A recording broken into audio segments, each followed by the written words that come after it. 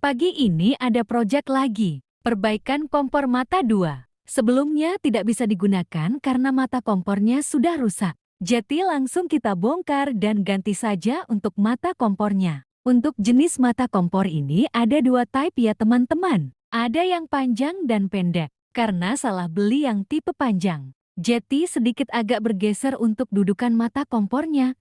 Tunggu kita di video selanjutnya ya. Terima kasih.